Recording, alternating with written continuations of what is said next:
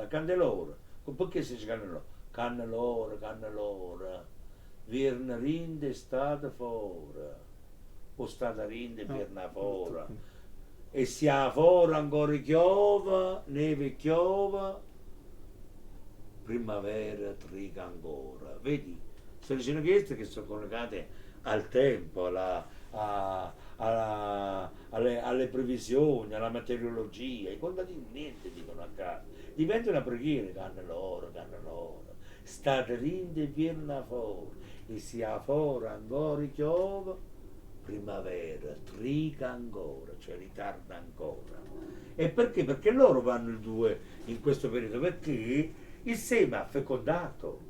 E là c'è stata una nascita, un accoppiamento, ritornando alla nascita, che il contadino ha seminato in novembre, ottobre, novembre, dicembre, gennaio, febbraio, è stato 4 mesi vernato sottoterra, sto sema, in da quella terra solcata dal contadino, e brilla la prima luce proprio in questo giorno, e prima la prima luce del sole. E questa è la candelora, è la luce della vita. Roppo Castusem è stata 4 mesi vernate nell'oscura terra, nella negra terra. E allora questo diventa un fatto di sacralità che si fa fuori al Tempio, davanti al Tempio, su Monte Vergine, Monte Partenio, da Partenos, dei Vergini, guarda caso, dei Vergini, e si va a pregare, a benedire il seme fecondato. È una festa della fecondazione avvenuta. E allora questo c'è una grande sacralità, capito? E allora questa è la cosa. La Chiesa presenta Gesù Cristo vergine, vergine al Tempio. Noi presentiamo sul monte Partenio, da Partenos, che noi poi siamo anche partenopei, guarda casa, niente viene a caso, siamo figli della Serena Partenope, siamo partenopei, e quel monte dove si trova l'abbazia di Montevergine si chiama Partenio, da Partenos Vergine, dei vergini. Si iniziavano anche i vergini, i ragazzi, come noi abbiamo detto poco fa, nelle tamuriate, nelle cose, nella danza.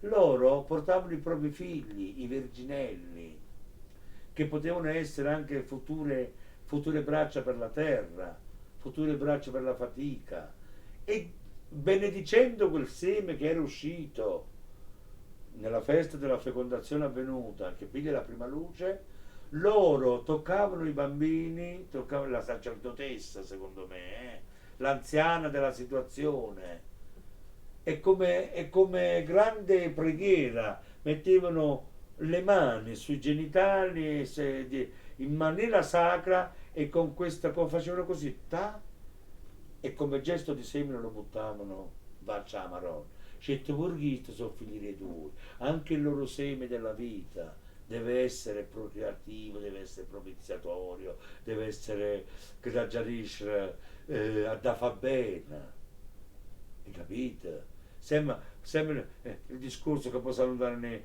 pure i maluetti, tutte queste cose qua, però andavano a chiedere grazie che anche il seme di quei ragazzi, di quei vergini, maschi e femmine, dovevano essere il futuro della procreazione, capito? E questo niente viene a caso, nessuno lo dice questo, ma io vi posso garantire che ho visto un gesto di questa grande sacerdotessa, secondo me, che ha fatto proprio queste ta, ta, due mosse. Ho detto, ma che stai che ha fatto? E così è stato.